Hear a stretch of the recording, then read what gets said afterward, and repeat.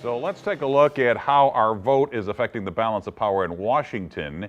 In the race for U.S. Senate in Illinois, Democrat Dick Durbin, who serves as minority whip, the Senate's #2 Democratic leader, is seeking a 5th term. Guess we'll get to that in a little while. This is Missouri U.S. House District #2, of course, one of the most expensive congressional races in the country.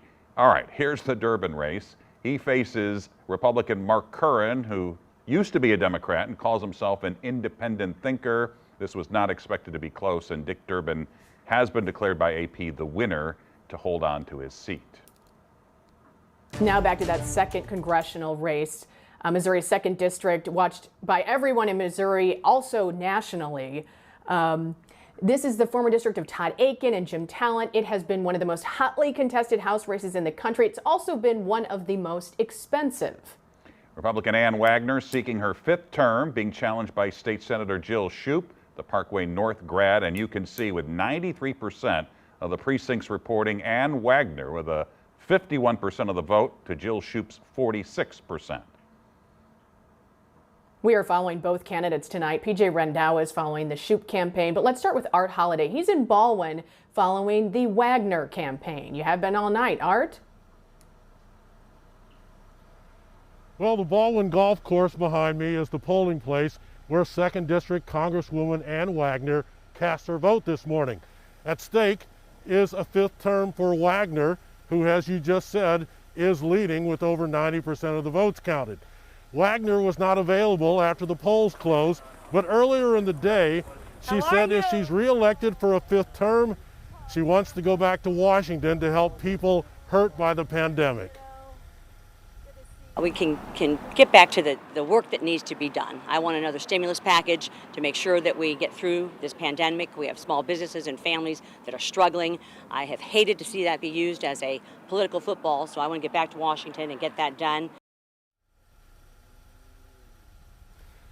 And as we await the final results of an expensive race that has attracted a lot of money, over $20 million in contributions, but as you just indicated,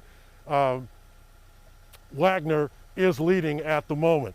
Let's go now to my colleague PJ Rendawa, who is covering the Shoup campaign. Well, Art, Missouri's 2nd Congressional District hasn't elected a Democrat since 1993, and it's a little bit too early perhaps to say if that will change tonight with Senator Jill Shoup. Now, experts have been saying this congressional race was really a toss-up. Incumbent Ann Wagner narrowly defended her seat in the last election in 2018. She won by just 4 points. The election before that in 2016, she won by more than 20 points. So that's why some experts have said the Republicans may be losing their hold on the 2nd District. Earlier tonight, Shoup spoke about her plans going forward and what she'd like to see regardless of the election outcome. People care and are focused on health care.